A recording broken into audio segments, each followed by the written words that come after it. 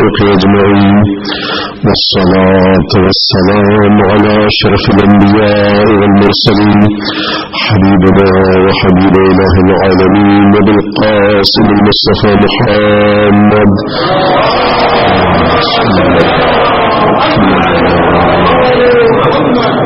ثم الصلاة والسلام على أهل بيته الطيبين الطاهرين الذين أذهب الله عنهم الرجس وطهرهم تطهيرا.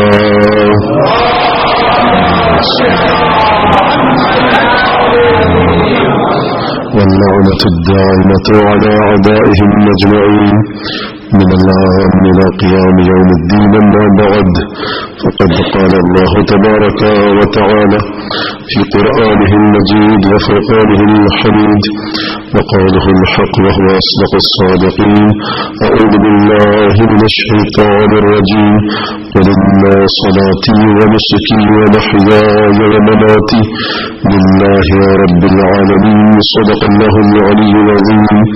صلى الله بجلد محمد وعلى محمد.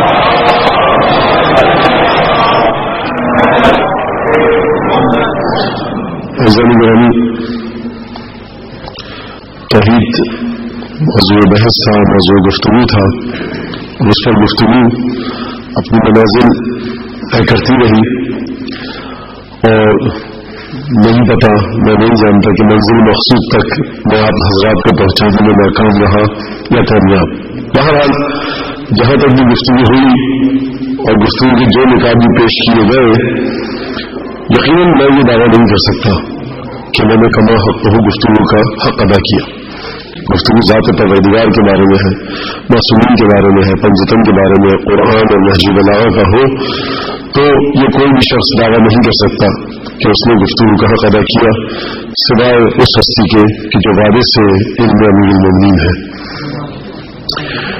لیکن یہ ضرور امید ہے مجھے کہ آپ حضرات کے ذہنوں میں کچھ نئے سوالات آئے ہوں گے، معرفت کے کچھ نئے دریچے کھلے ہوں گے، اور آپ حضرات کی سوچ میں، افکار میں، اذہان میں معرفت پروردگار اور معرفت اہل بیت کے حوالے سے کچھ نئے نکات آئے ہوں گے. یقیناً اس کی امید کی جا سکتی ہے، اور اس کی امید میں اس لیے کر رہا ہوں کہ مجھے اپنی ذات سے کوئی امید نہیں ہے. بارہا عرض کر چکا ہوں کہ یہ صدقہ ہے فرش عزدانی سید الشہداء کا.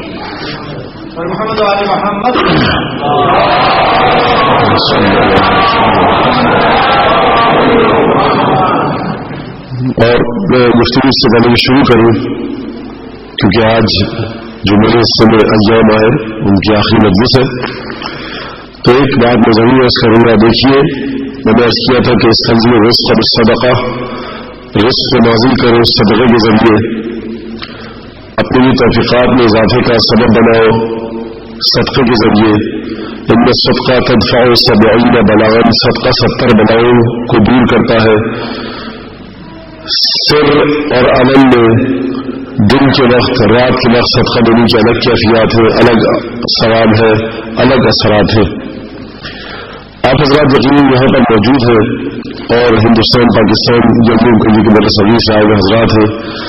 آپ میں سے کچھ حضرات کا تعلق دیہات اور گاؤں سے ہوگا، کچھ کا تعلق شہر سے ہوگا، کوئی بڑے شہر سے آیا ہے، کوئی کسی چھوٹے شہر سے آیا ہے، لیکن سب کی بنیاد اور سب کا تعلق اور جڑ بڑے صغیر ہے. تو یہاں بھی زندگی کو یاد میں غافل نہ کر دے. کوشش کیجیے کہ سب سے پہلے اگر آپ میں استطاعت ہے تو اپنے خاندانوں میں دیکھیے، اپنے رشتے داروں میں دیکھیے کہ کہیں کوئی ایسا انسان تو نہیں کہ جس سے آپ کی مدد کی ضرورت نہ ہو. یقیناً پروردگار عالم نے جو پروردگار عالم کام خود کرنا چاہتا تھا، اس کے لیے اس نے آئمہ کو معصومین کو بھیجا، اور آئمہ معصومین جو کام کرنا چاہتے تھے انہوں نے وہ کام علماء کے ذریعے کروائے.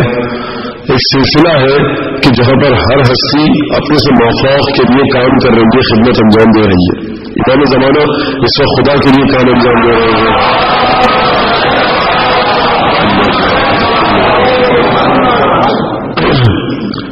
دیکھیے، میں یہ نہیں کہہ رہا کہ جو قرآن نے کہا ہے اسی بات کو بنیاد بنا کے میں کہہ رہا ہوں، اپنی طرف سے کوئی بات نہیں کہہ رہا. لا تجعل يدك مغلولة إلى عنقك، اے مومن اپنے ہاتھ کو گردن سے باندھ کر مت رکھ، ولا تبسطها كل البسط، اور میں اپنے ہاتھ کو پورا کھول دے، فتقعد ملوما محسورا، یہاں تک کہ جب تو اپنے ہاتھ کو پورا کھول دے گا تو حسرت کے ساتھ تو ہی دست اور تنگ دست ہو کر خود بیٹھ جائے گا۔ ان ربک یقدر لمن یشاء ویبسط، پروردگار عالم جس کے لیے چاہتا ہے رزق کو وسیع کرتا ہے، جس کے لیے چاہتا ہے رزق کو تنگ کرتا ہے، اور وہ اپنے بندوں کو بہت اچھی طرح سے دیکھتا ہے۔ تو یقیناً قرآن کا حکم یہ نہیں ہے کہ آپ اپنا پورا مال و دولت لٹا دیں، اور نہ قرآن کا حکم یہ ہے کہ مٹھی بن کر کے بیٹھ جائے۔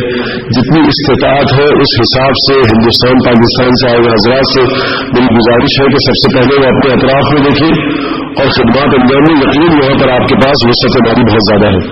سب سے پہلے اپنے خاندان سے، گھر سے، رشتے داروں سے شروع کیجیے، اور وہ حضرات کے جن کا تعلق گاؤں سے، دیہات سے ہے، خدا نے انہیں توفیق دی، پنجابی میں صدقے میں ترقی کی منازل طے کی، انہیں چاہیے کہ سب سے پہلے اپنے گاؤں دیہات یا جس شہر سے آئے ہیں تعلیمی نظام کو بہتر بنانے میں اپنا کردار ادا کریں۔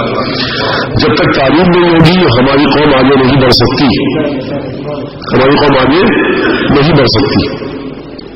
جو موضوعات سوچ کر آیا ہوں میں وہ آؤں گا اس طرف، لیکن یہ کہنا بہت ضروری ہے کہ اگر آپ دو تین ایک چھوٹے سے گاؤں سے تعلق ہے آپ کا ہندوستان کے یا پاکستان کے، دو تین لوگ ہیں مل کر 2 کمرے بنوا سکتے ہیں، آپ کسی سے مدد لے سکتے ہیں، 2 کمرے بنوائیے، کسی کو پیسہ دیجیے، تنخواہ باندھیے اس کی، اور کہیے بچوں کو تم پڑھاؤ 1لی 2ری 4تھی 5ویں کلاس، اور ایک پیریڈ اسلام کا بھی رکھیے، اسلامیات کا رکھیے کہ جس میں آپ اپنی دینیات پڑھیں۔ اور یقین جب آپ ایسا اسکول کھولیں گے تو فرقے اور مذہب کی قید سے بالا تر ہوگا، لوگ آپ کے پاس اپنے بچوں کو بھیجیں گے، ایک فیس بھی رکھیے تاکہ آپ پر بوجھ نہ ہو، اور جو بچہ فیس نہ دے سکے اس کے لیے کوئی وظیفے کا اسکالرشپ کا انتظام کیجیے۔ اس سے ہوگا کیا، ترقی کی راہیں کھلیں گی۔ اور میں نے عرض کیا آپ کو جو صدقہ جاریہ ہے، یہ صدقہ جاریہ ایسا ہوتا ہے کہ روایت میں ملتا ہے کہ تم نے جس کو وضو سکھایا جب تک وہ زندہ رہے گا، وضو کرتا رہے گا، اس کا ثواب تمہیں ملتا رہے گا۔ اور اگر اس شخص نے کسی نے وضو سکھایا اور اس شخص نے کسی کو وضو سکھایا، جتنے لوگ وضو سیکھتے رہیں گے اور کرتے رہیں گے، تم چونکہ بنیاد سے اس سے تمہیں ثواب ملتا رہے گا۔ اب اگر آپ سوچیے ذرا کہ کسی چھوٹے سے گاؤں میں آپ محبت اہل بیت کی داغدار بنیاد ڈال کر چلے جائیں، جب تک یہ سلسلہ چلتا رہے گا آپ کو ثواب ملتا رہے گا۔ بہت فرمایا مولا کائنات کہ دیکھو 6 خصال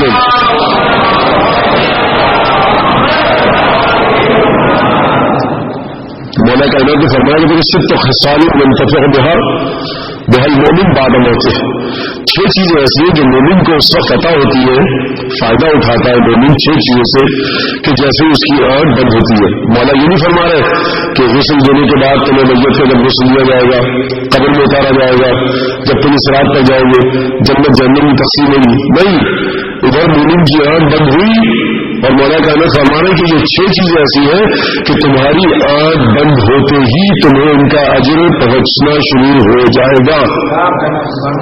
6 خصال منتفع بہا المؤمن بعد موته، تو یہ کون بتائے گا کہ موت کے بعد کن چیزوں کا فائدہ ہوتا ہے؟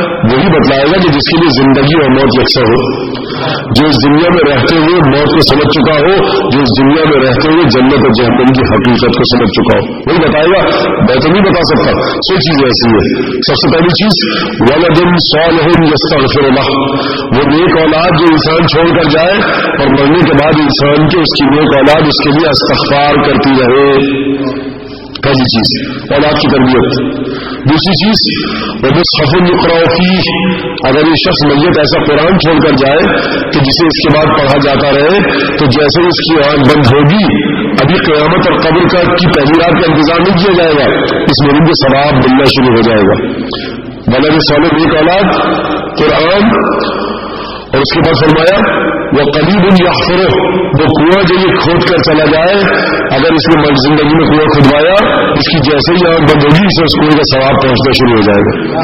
وہ صدقہ تو ماء یجری ہے، اور پانی کا وہ صدقہ جو یہ جاری کر کے چلا جائے، کسی مسجد میں، مدرسے میں، اسکول میں، گھر میں، کہیں پر بھی آپ کے علاقے میں کہیں بھی آپ کی استطاعت ہے پانی کا صدقہ جاری کر دیجیے۔ حضور موٹر نہیں ہے پانی کی، کنواں بہت گہرا ہے، کنویں کے کھدوانے کا الگ ثواب ہے اور پانی کا صدقہ جاری کرنے کا الگ ثواب ہے۔ کسی کی استطاعت ہے، حضور دیکھو جب رمضان آئے گا تو ماہ مبارک رمضان پانی ٹھنڈا میری طرف سے. کوئی آدمی کہتا ہے نہیں موٹر نہیں ہے پانی کی مسجد میں لگوا دوں گا. اور ضروری ہے مسجد یا گھر امام باڑا اگر آپ کسی مومن کے گھر میں دیکھیں کہ پانی کی مشکل میں گرفتار ہے وہ, اگر یہ بھی آپ صدقے کے طور پر اس کے گھر میں پانی کی موٹر لگوا دیں یا کنواں کھدوا دیں یا ہینڈ پمپ لگوا دیں, یہ بھی خدمت مولا کائنات کہتے ہیں کہ جو تمہیں جیسے ہی آج بند ہوگی اس کا اجر ملنا شروع ہو جائے گا. قرآن جو تمہارے بعد آئے پانی کا صدقہ وسنت الحسنت یؤخذ بها بعدہ, اور وہ پانی اور وہ نیک رسم و رواج جو تم اپنی زندگی میں جس کی داغ دیل ڈال کر چلے جاؤ اور تمہارے مرنے کے بعد اس نیک اچھے رسم و رواج پر جب تک عمل ہوتا رہے گا تمہیں اس کا ثواب ملتا رہے گا. اور ثواب ملنا کب سے شروع ہوگا؟ جیسے ہی آنکھ بند ہوگی. وہ غرسن یغرسو وہ شجرن یحرسو, وہ کھیتی جو تم اگا کر جاؤ اگر درخت لگا دو کہیں پر تو جیسے ہی تمہاری آنکھ بند ہوگی درخت کا ثواب ملتا رہے گا. آج دنیا بات کرتی ہے پالوشن کی, گرین پیس اور یہ سب چیزیں چل رہی ہیں حضور, تو یہ دیکھیے 14 سال پہلے مولا کا نام پتا کر رہے ہیں کہ درخت لگاؤ اس کا تمہیں ثواب ملے گا. اب اس کی قید نہیں ہے کوئی, ہندوستان پاکستان میں لگوائیے, یہاں پر آپ کا گھر ہے, زمین دیکھتے اب خالی ہے, بلدیوں کی طرف سے مبانیاں کریے, ایک درخت لگا دیجیے. انسان سوچتا ہے میں کیوں لگاؤں, بلدیوں کی ذمہ داری ہے. حضور بلدیوں کی ذمہ داری ہے یا نہیں یہ ایک الگ بحث ہے, لیکن ثواب اگر آپ کو چاہیے تو آپ درخت لگا دیجیے, ثواب ملتا رہے گا. اور سوچئے اگر تمام کے تمام مولا کائنات کے چاہنے والے اس صرف حدیث پر عمل کریں, توجہ کیجیے گا, صرف اس حدیث پر عمل کریں تو دیکھیے دنیا کے کتنے مسائل حل ہو جائیں گے. یہ اہل بیت کا خاصہ ہے کہ ایک حدیث کے اندر بڑے بڑے مسائل کا حل پیش کر کے چلے جاتے ہیں. اور اولاد کی تربیت کی جب بات آئی تو آپ نے سوچا سنا ہوگا یقیناً کہ جنگ ہوئی, مالک اشتر نے پوچھا کہ مولا یہ آپ رات کی تاریخی میں حملے کر رہے تھے, رات کو جنگ ہو رہی تھی, مولا یہ آپ تکبیر کی صدائیں بلند کرتے تھے, تو میں نے گنا کہ مولا کائنات نے 532 مرتبہ تکبیر کی صدا بلند کی. اچھا سلام ہے مالک اشتر کو کہ تلوار چلاوے اور مولا کی تکبیر پر دھیان بھی رکھے ہوئے.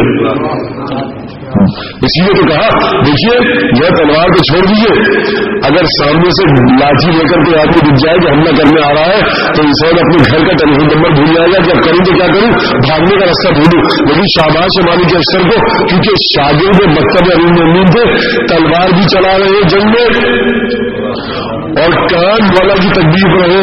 تو دیکھا اتصال آپ نے کہ جو ابھی کے چاہنے والے ہوتے کس انداز سے متصل رہتے, کہا کہ مالک دیکھو میں نے جب بھی کسی کے واسطے جہنم کیا ایک تکبیر کی, تو 532 تک تو گنے.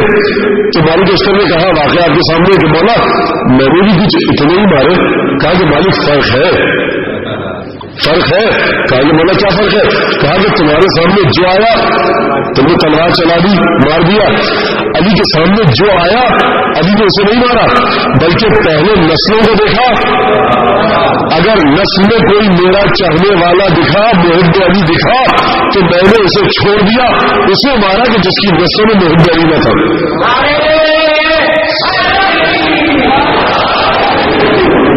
اب اس وقت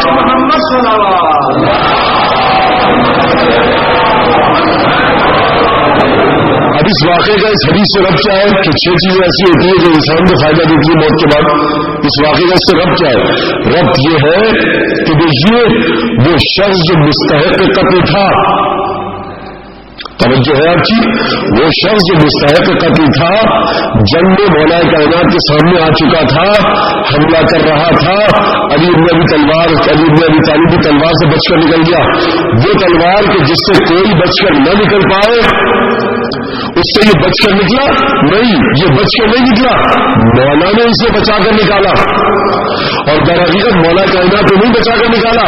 کیا کہا مولا نے کہ دیکھو میں نے اس کی نسلوں میں دیکھا اگر کوئی بچہ ایسا تھا جو محب علی تھا, میں نے اس بچے کے صدقے میں کہ جو ابھی پیدا ہی نہیں ہوا تھا, جو بچہ 10ویں نسل میں آنا تھا اس بچے کو 20ویں نسل میں, 30ویں, 100ویں, 1000ویں, 2000ویں نسل میں, علی نے دیکھا کہ ایک کوئی بچہ ہے اس کی نسل میں جو محب ہے میرا یا نہیں؟ اب اس سے کوئی غرض نہیں مولا کائنات کو کہ وہ بچہ 200 سال بعد پیدا ہوگا، وہ 1000 سال بعد پیدا ہوگا، وہ 2000 سال بعد پیدا ہوگا. صبح قیامت تک تمام پیدا ہونے والی نسلوں کو مولا کائنات نے دیکھا اور پھر اسے جانے دیا.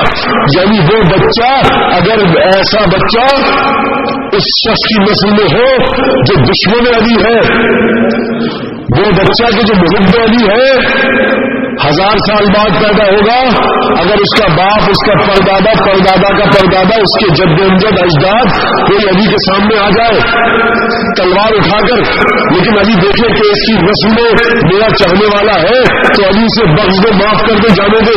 وہ موت کہ جو علی کے ہاتھ سے بھی بچ کر نہیں جا سکتی، وہ بچہ جو ابھی پیدا نہیں ہوا اپنے دادا پردادا کو علی کے ہاتھوں بچا کر لے گیا. تو سمجھا آپ نے کہ نسل کی تربیت کیا ہوتی ہے؟ تو کوشش کیجیے کہ ہماری آپ کی نسلوں میں ایسی اولاد آئے، کوشش ایسی کیجیے کہ وہ 10 نسلوں بعد آئے، 20 نسلوں بعد آئے، اس انداز سے آئے کہ وہ بچہ کہ جو ابھی پیدا نہیں ہوا تھا اپنے باپ دادا کو علی کی تلوار سے بچا کر لے گیا. تو سوچیے اگر ہماری نسلوں میں ایسا بچہ ہے کہ جس کی ولایت علی بن ابی طالب ہم سے بھی زیادہ مضبوط ہو اور مضبوط ہو اور مضبوط ہو، ہماری نسلوں میں کوئی سلمان کا شاگرد ہو، ہماری نسلوں میں کوئی ابو ذر ہو، ہماری نسلوں میں کوئی مالک اشتر ہو، تو دیکھیے اس وقت ہمیں کتنی برکتیں مولا علی کی نصیب ہوں گی. بہت آرام سے سنیے، آپ نے زندگی میں سلمان دیجیے.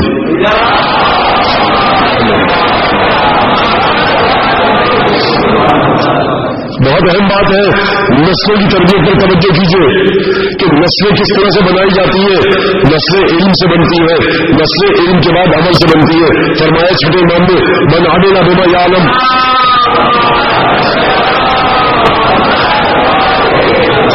من عمل بما یعلم، چھٹے امام کی حدیث ہے، من عمل بما یعلم علمہ اللہ ما لم یعلم. جو عمل کرے گا اپنے علم کے مطابق خدا اسے وہ علم دے گا جو وہ نہیں جانتا. یہ چھٹے امام اطلاع نہیں دے رہا ہے آپ کو، یہ وعدہ ہے.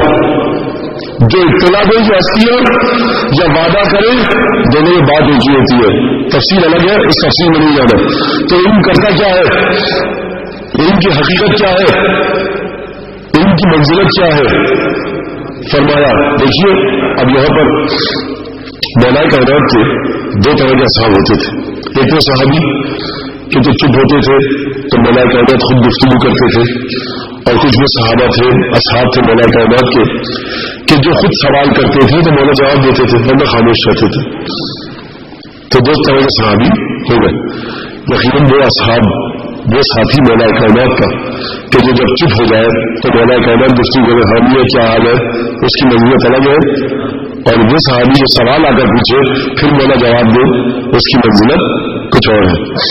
کمیل ان اصحاب میں سے ہے کہ جن سے مولا کائنات خود گفتگو کرتے تھے. نہج البلاغہ میں جملہ ہے کہ اخذ بيد امير المؤمنين علي بن ابي طالب فلما اصحر واخرج الى الجبان فلما اصحر تنفس الصعداء. کمیل کہتے میرا ہاتھ پکڑا ایک دفعہ رات کو مولا کائنات نے. اب دیکھیے یہ جملہ کہ مولا کائنات نے میرا ہاتھ پکڑا رات کی تاریکی میں، اس کو سوچیے گا کہ کون ہستی ہے جو ہاتھ پکڑ رہی ہے. اس ہستی میں طاقت ہے کہ اگر عیسیٰ میں کل اس کا جو مردوں میں زندہ کرتے تھے، اگر موسیٰ کے پاس ید بیضا تھا، اگر آدم کو تعلیم اسما ہوا، فرشتوں نے سجدہ کیا، یہ سب کی سب کرامتیں اس میں اعظم الہی کی بدولت ہے. اس میں اعظم تھا ان کے پاس. لیکن وہ ہستی ہے یہ علی بن ابی طالب کہ جو مجسم اس میں اعظم ہے. کل میں نے عرض کیا کہ پروردگار خدا کی قسم پروردگار کی بارگاہ میں نہ مجھ سے بڑی کوئی خبر آئی، نہ ہے، نہ آئے گی، اور نہ مجھ سے بڑی کوئی آیت ہے.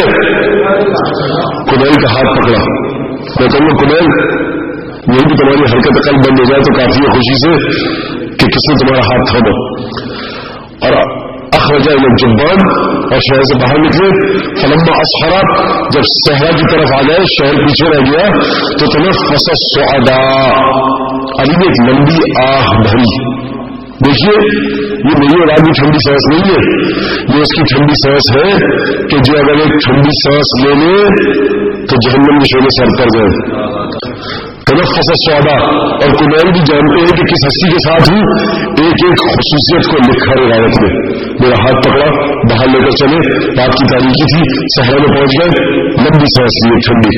ورنہ کمیل اگر سمجھتے کہ ابھی بھی انہیں لوگوں کی طرح جو کوفے گلی میں گھوم رہے ہیں تو بھی جزیات کے ساتھ تفصیلی طور پر رپورٹ تیار نہ کرتے.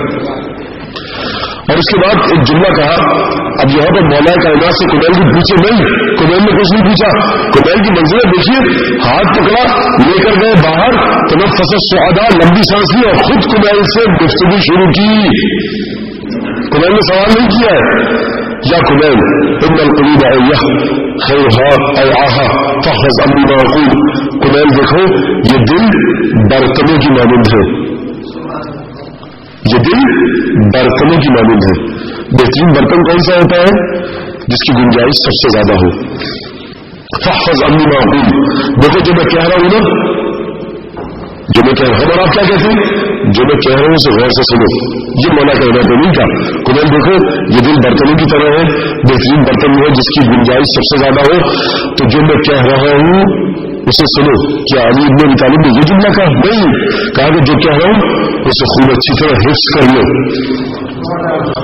سماعت تک محدود مت رکھو اپنے آپ کو، اسے حفظ کرو، اپنے ذہن میں رکھو.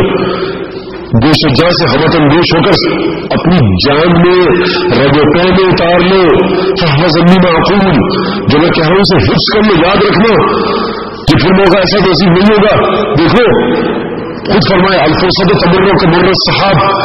وقت کو غنیمت سمجھو، یہ ابر بہاری کی طرح گزر جاتا ہے. بادل کب آیا کب چلا گیا پتہ نہیں لگتا. یہ بہت اچھا موقع ہے، جو کہہ رہا ہوں غور سے سننا.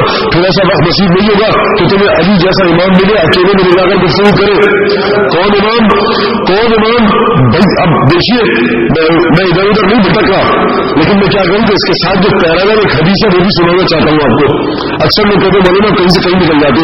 حضور میں کہیں سے کہیں نہیں نکلتا، لیکن موضوعات پر جتنی روایات، احادیث، آیات جو نکات ہوتے ہیں بیان کرنے میں ذمہ داری ہے اپنی وضاحت کے مطابق. ایک وہ جس کا ہاتھ پکڑ کے لے کر گئے، کہا کہ دیکھو جو کہہ رہے ہو غور سے سنو. اور کچھ صحابی کو جو آئے مسجد کوفہ میں مولا کائنات تشریف فرما ہے.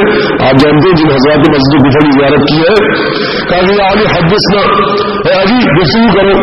کہا کہ بھائی تم نے طاقت نہیں گفتگو کی، میرا اپنا وقت برباد مت کرو. یہ میری زبان میں تم نے گفتگو نہیں سننے کی طاقت ہی نہیں ہے. کیا سنو گے؟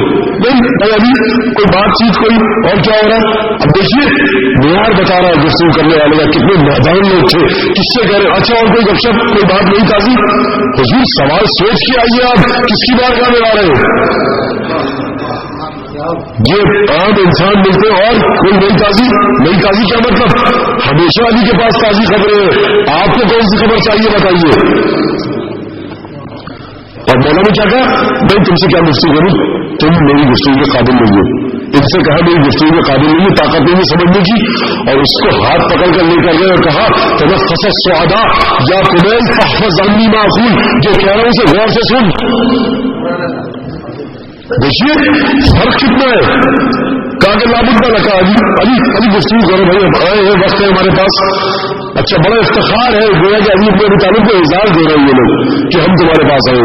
حضور آپ کو تو علی کے گھر کا طواف کرتے رہنا ہے. مولا کرنے کا اچھا اٹھو اور مسجد سے نکلے، بیت الشرف میں آئے جو حضرات جا چکے ہیں.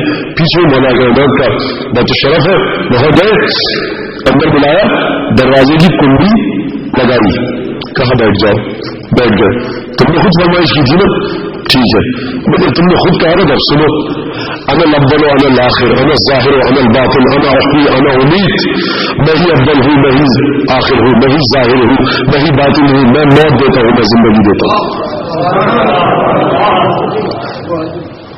انا الاول انا الاخر انا الظاہر انا الباطن انا احیی انا امیت. یہ ساری صفات میری ہے. میں ہی اول ہوں، میں ہی آخر ہوں، میں ہی ظاہر ہوں، میں ہی باطن ہوں. میں موت دیتا ہوں، میں زندگی دیتا ہوں. روایت شیخ مفید ہے.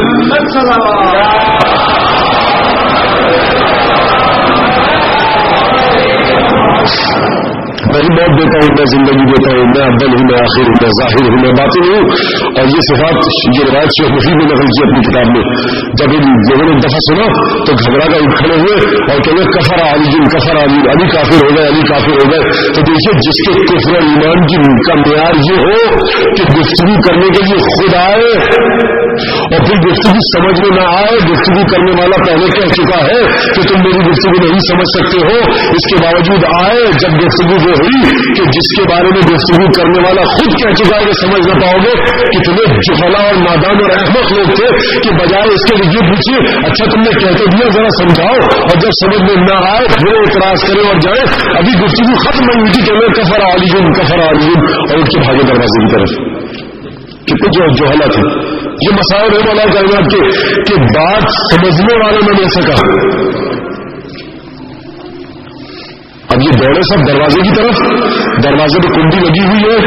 ان لوگوں نے کنڈی کو کھولنا چاہا، مولا کائنات نے ہاتھ کا اشارہ کیا اور کنڈی سے مخاطب ہو کر کہا یا باب استمسک علیہم، اے دروازے میں روک کر رکھنے، جانے مت دینا. 10-15 لوگ طاقت لگا کر کنڈی کھول رہے ہیں لیکن وہ کنڈی کے انگلی کے اشارے سے بند ہو جائے. 10-15 لوگوں سے نہ کھل سکی. کیوں نہ کھل سکی؟ کیونکہ مشیت الہی ہے کہ کنڈی نہ کھلے. یہ مشیت الہی آئی کہاں سے؟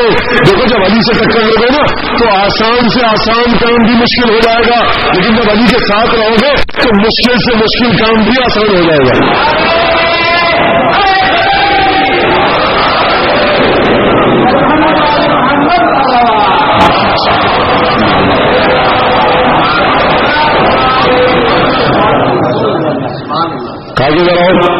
کہا تھا نا تم سے کیوں ضد کی تھی؟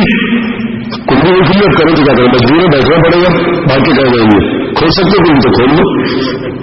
کہا کہ دیکھو میں نے کہا انا الاول وانا الاخر انا افضل من آمن بي رسول اللہ، میں سب سے پہلے ہوں جس نے تصدیق کی رسول کی. وہ آخر من شایعہ، اور سب سے آخری ہوں کہ جس نے رسول کو قبر میں اتارا، رخصت کیا. اگر ظاہر و انا الباطن، یعنی میں ظاہر ہوں اور میں باطن، میرے پاس ظاہر کا بھی علم ہے، میرے پاس باطن کا بھی علم ہے. انا امید ہوں، انا احیب، انا امید، میں مارتا ہوں رسول سے متضاد کردار کو ختم کر دیتا ہوں بدعتوں کو. وہ انا احیی سننا، اور رسول کے کردار کو میں زندہ کر رہا ہوں. اب دیکھیے ظاہر کا بھی علم ہے، باطن کا بھی علم ہے. بات وہی تھی لیکن آسان کر کے کر دی تو ان کی سمجھ میں آ گئی بھائی ظاہر و باطن کا علم کیا ہوتا ہے. وہ کون سی باطنی طاقتیں جن کا علم مولا کائنات کے پاس ہے. وہ سب سے اول جس نے رسول کی تصدیق کی تو رسول کی اولیت سمجھیے تو علی کی تصدیق کی اولیت سمجھ میں آئے گی. رسول کی آخرت سمجھیے تو علی کی آخرت سمجھ میں آئے گی کہ رسول کا آخری مرتبہ کیا تھا، علی کا آخری مرتبہ سمجھ میں آئے گا. ان میں ظاہر و باطن کو سمجھیے، علی کا علم سمجھ میں آئے گا. انسان سمجھ ہی نہیں سکتا کہ علم ظاہر و باطن کیا ہے. بس جب ظاہر و باطن نہیں سمجھ سکتے تو علم علی ابن ابی طالب کو بھی نہیں سمجھ سکتے. اگر حیات کو ہی نہیں سمجھ سکتے تم حیات علی ابن ابی طالب کو بھی نہیں سمجھ سکتے. جب تم رسول کی اولیت کو نہیں سمجھ پاؤ گے تو سوچو کہ جب رسول تھے اس کو نہیں سمجھ پائے تو جو علی نے رسول کی تصدیق کی اس کو کیسے سمجھ پاؤ گے. علم ظاہر و باطن آپ جان چکے ہیں، سن چکے ہیں کہ جب حضرت سلیمان نے کہا تھا کہ کون ہے جو ملکہ بلقیس کا تخلیہ کرائے گا، قال عفریت من الجن انا آتیک به قبل ان تقوم من مقامک. جناب سلیمان میں ملکہ بلقیس کا تخلیہ آؤں گا یمن سے فلسطین میں، اس سے پہلے کہ آپ اپنی جگہ سے اٹھے دربار برخاست ہو. سلیمان نے توجہ نہیں کی. قال الذی عنده علم من الکتاب، کہا اس نے جس کے پاس کتاب کی ایک مخصوص مقدار کی علم کی. انا آتیک به قبل ان يرتد الیک طرفک، اے جناب سلیمان اس سے پہلے کہ آپ کی پلک جھپکے میں اس تخت کو یمن سے صنعاء سے اٹھا کر فلسطین جاؤں گا. نقشہ جا کر دیکھیے گا صنعاء کا فلسطین سے فاصلہ کتنا ہے. تو میں یہ کہنا چاہ رہا تھا کہ جو طاقت آئی تھی وہ علم کی بنیاد پر تھی. قال الذی عنده علم من الکتاب، چھٹے نام کے پاس کوئی آدمی آیا اور اس نے کہا کہ مولا گفتگو ہوتی ہے اس طرح سے،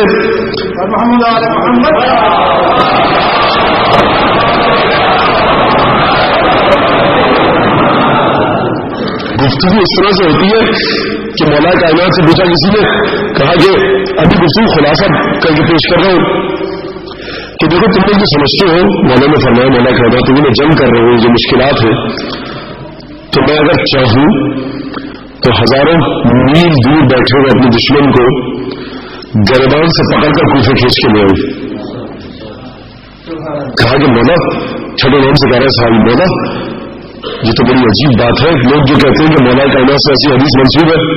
تو چھٹے نام نے کہا کہ تم نے قرآن پڑھا؟ کہا کہ جی. کہا کہ بلقیس کا قصہ پڑھا سلیمان کے ساتھ جب جواب سلیمان نے تخت منگوایا تھا؟ کہا کہ ہاں. کہا وہاں کیا ہے؟ کہا کہ قال الذی عنده علم من الکتاب ہے. کہا اس نے جس کے پاس کتاب کا تھوڑا سا علم تھا، ایک مقدار تھی مخصوص، اس نے کہا کہ میں اس سے پہلے کہ آپ کی پل کے جھپکے میں اس تخت کو لے آؤں گا. تو چھٹے نام دیکھیے کتنی خوبصورتی کے ساتھ استدلال فرما رہے. کہا کہ وہ کون تھا جس نے کہا کہ علم من الکتاب تھا؟ کہا کہ حضرت سلیمان کے وزیر تھے آصف ابن برخیہ. کہا کہ سلیمان کے وزیر تھے تو ان میں وزارت کی وجہ سے یہ طاقت آئی کہ وہ پلک جھپکنے سے پہلے لے آئے. کہا کہ جی مولا. کہا کہ سلیمان کے وزیر کے بارے میں تو مان گئے اور وہ محمد مصطفیٰ اس کے وزیر کے بارے میں نہیں مانتے.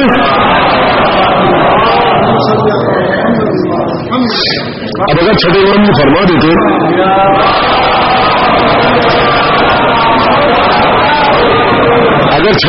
فرما دیتے کہ نہیں ہمارے دادا والد جب علی بن ابی طالب میں یہ طاقت تھی، تو پھر وہ استدلال کہا جاتا.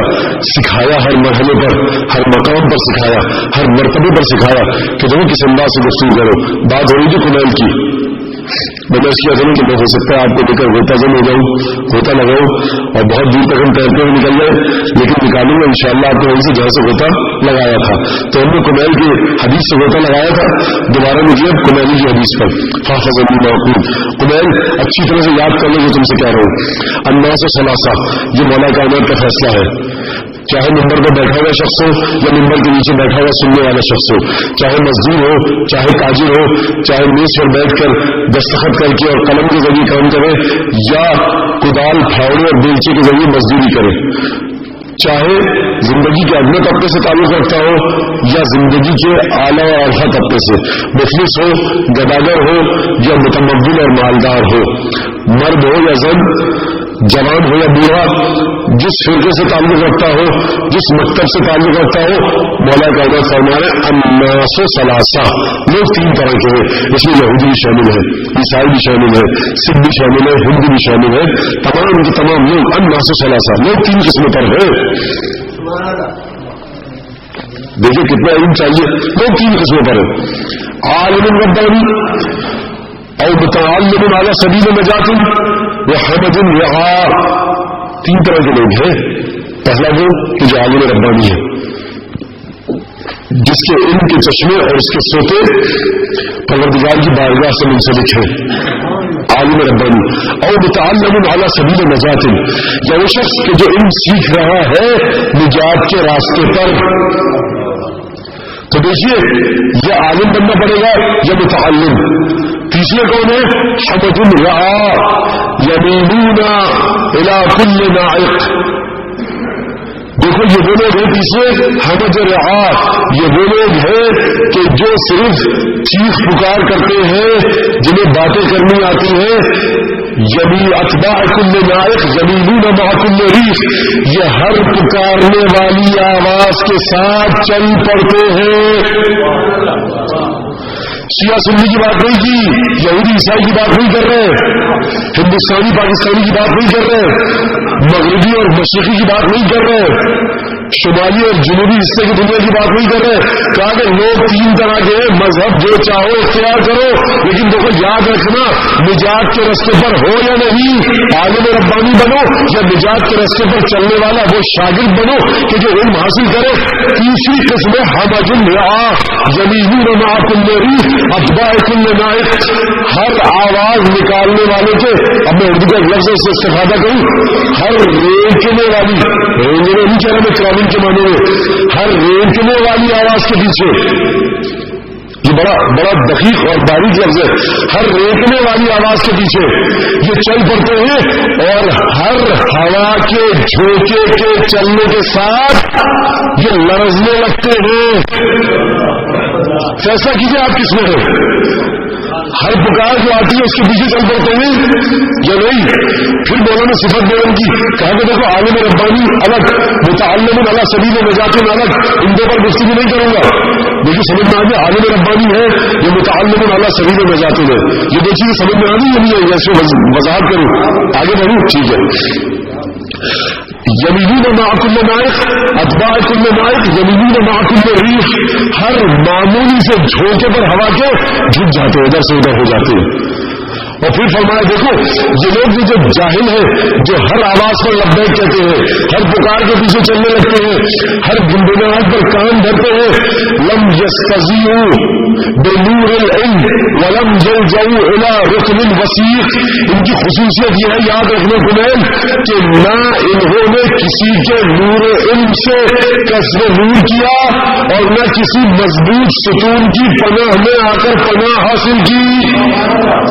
اس کا مطلب یہ کہ جاہل ہونا بری بات نہیں ہے. اگر جاہل ہے کوئی انسان، اگر لا علم ہے، تو اپنے لیے یا تو کوئی مضبوط ستون ڈھونڈے مولا کے بقول جس کی پناہ میں آ جائے، یا کوئی ایسا عالم ربانی ڈھونڈے کہ جس کے نور علم کے ذریعے قصب نور کر کر نورانیت حاصل کرے. قصبے پھر فرمایا مولا نے ایھا الناس سے دوسرے خطبے میں شقوا امواج الفتن بسفن النجات، اے لوگوں فتنوں کی موجوں کے سینوں کو چیرو نجات کی کشتی میں بیٹھ کر. نجات کی کشتی کیا ہے؟ بس میں آ گیا، ان الحسین مصباح الہدی و سفینۃ النجات. یہ ہو ہی نہیں سکتا کہ جو خلوص نیت کے ساتھ علی بن ابی طالب کی بارگاہ میں ہاتھ بڑھائے، علی اس کے ہاتھ کو رد کر دے، حسین اس کے ہاتھ کو رد کر دے.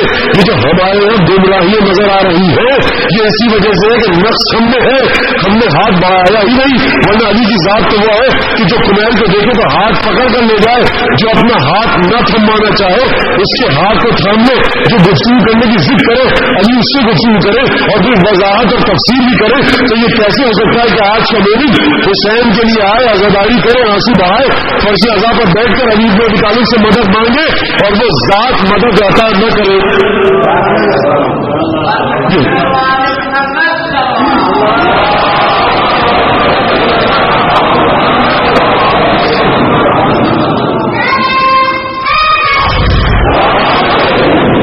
الناس شقوا امواج الفتن بسفن النجات، نجات کے سفینوں کے ذریعے فتنوں کی امواج کو، فتنوں کی لہروں کو چیرو. کتنے خوبصورت جملے دیکھیے، کتنے خوبصورت جملہ، کتنے خوبصورت ہے. فحفظ انی ما قلت، تمہیں یاد رکھو یہ وہ لوگ ہیں کہ نہ کسی مضبوط ستون کے پیچھے جا کر چھپے پناہ حاصل کی اور نہ کسی کے نور علم سے نور لیا. نور علم کیا ہوتا ہے؟ وہی جو نظر بلاغہ میں فرمایا مولا کائنات نے کہ دیکھو عثمان ابن حنیف کے بارے میں جب پتہ لگا کہ عثمان ابن حنیف نے بے قاعدگی کی ہے، قانون کی خلاف ورزی کی ہے اور ایک ایسی دعوت میں گئے ہیں جہاں غریبوں کو دھتکار کر نکالا جا رہا تھا اور امیروں کے لیے دعوت کے دروازے کھلے ہوئے تھے. ایک دفعہ امیر نے نکالی تو غیظ آیا، جلال آیا اور یہ کہا، اقتباس پیش کر رہا ہوں، الا ان لكل امام معمود اماما يقتدي به ويستضي من نور علمه. آگاہ رہو عثمان ابن حنیف، ہر انسان کا ایک امام ہوتا ہے جس کے پیچھے وہ چلتا ہے اور اس کے ساتھ ساتھ منسلک رہتا ہے، اقتدا کرتا ہے اور اس کے نور علم سے نور حاصل کرتا ہے. اب سمجھ میں آیا مولا کائنات جو کہہ رہے لم یستضیئوا بنور العلم، انہوں نے کسی کے نور علم سے نور علم حاصل نہ کیا تو وہ نور علم کا کہاں ملے گا؟ وہ ملے گا علی بن ابی طالب کے دربار سے. الا وان لكل معمول اماما يستضيء من نور علمه ويقتدي به، وہ اس کے پیچھے پیچھے چلتا ہے، اس کے نور علم سے علم حاصل کرتا ہے. اور پھر فرمایا مولا نے الا، 3 دفعہ 4 دفعہ کہا مولا کائنات نے یہاں پر الا. اللہ کے معنی کیا ہے عربی میں؟ آگاہ رہو، جان لو. جب علی کہے کہ جان لو تو اس کا مطلب موضوع بہت اہم ہے. الا وان لكل معمول اماما يقتدي به ويستضيء من نور علمه. الا وان امامكم قد اكتفى من دنياكم بتمريه ومن طعمه بقرصيه. اے عثمان ابن حنیف جان لو کہ تمہارا امام اس دنیا کے صرف 2 روٹیوں سے جو کی اور 2 کھجوروں پر قناعت اور اکتفا کر چکا ہے. اور پھر مولا کو پتا تھا کہ شیعہ پریشان ہو جائیں گے، مولا کہ ہم کیا کریں؟ تو فرمایا الا وانکم لا تقدرون علی ذلک، عثمان بن حنیف جان لو کہ تم میری طرح کی زندگی گزارنے کی طاقت نہیں رکھتے، لیکن دیکھو تم میری طرح کی زندگی گزارنے کی اگر طاقت نہیں رکھتے، لیکن دیکھو اعینونی بورع وعفۃ واجتہاد وصداق، میری طرح زندگی نہیں گزار سکتے تو کم از کم پاک دامنی کے ذریعے عبادت میں کوشش کے ذریعے اپنی شخصیت کو مضبوط بنا کر تقوی اختیار کر کے علی کی مدد تو کر سکتے ہو، ولیکن اعینونی بورع وعفۃ واجتہاد وصداق، علی کی مدد تو کرو کم از کم ان چیزوں کے ذریعے۔ وہ جو کل کا مشکل کشا ہے وہ اپنے شیعوں سے مدد مانگ رہا ہے، کس طرح سے مدد مانگ رہا ہے؟ کردار سازی کی مدد مانگ رہا ہے کہ علی بن ابی طالب کو آپ کی مدد کی ضرورت ہے، نہیں، در حقیقت یہ علی بن ابی طالب کی بلند کرداری ہے، اعلیٰ ہمتی ہے کہ آپ کی محتاجی کو اپنی محتاجی بنا کر پیش کیا۔ ملے گا کہیں کوئی ایسا امام کہ جو آپ کی ذات کے فقر کو، آپ کی ذات کی مجبوری کو اپنی مجبوری بنا کر پیش کرے؟ قدر سمجھے انسان ایسے امام کی۔ کمال دیکھو عالم ربانی حمد اللہ یمیلون مع کل نائق لم یستضیعوا بنور العلم، اور پھر فرمایا مولا نے عجیب جملہ ہے، سنیے گا، اور پھر اپنے سینے کی طرف اشارہ کیا، انہا ہدا لعلما جما لو اسقت له حملة، یہاں پر پورے کا پورا علم موجود ہے کمال۔ اور پھر فرمایا کاش علی کو ملتا کوئی ایسا کہ جسے علی اپنا علم منتقل کر سکتا، اور پھر فرمایا بلا حسبت حملة لقنا غیر معمول علیہ، ہاں مجھے کچھ لوگ ایسے لوگ ملے کہ جن کی صرف زبانیں چلتی تھی، پتہ نہیں قیامت میں میرا حشر کیا ہوگا کہ بھائی یہ کہا جائے گا میاں مولانا تمہاری زبان چلتی تھی، عمل کے معاملے میں تم کورے تھے، مگر یہ کہ آپ حضرات دعا کریں کہ خدا اس گفتگو کے نتیجے میں عمل کی توفیق مجھے بھی دے اور آپ کو بھی۔ کچھ نہیں پتا کسی کو کہ انسان خدا انسان کے ساتھ کیا سلوک کرے گا قبر میں اور قیامت میں۔ اگر توقع ہے تو انہیں ہستیوں سے کہ جن کے صدقے میں ہم یہاں موجود ہیں، بلا اصل تو ہمیں رقم، ہاں کچھ ملے لوگ ایسے یقیناً غیر معمول علیہ، کچھ ایسے ملے کہ جن کی زبان چلتی تھی جسے رٹو توتے تھے، جو لفظ ہے اردو کا رٹو توتے تھے، صرف رٹ لیتے تھے، انہوں نہیں سیکھا۔ غیر معمول علیہ، علی کو ان کی امانت داری پر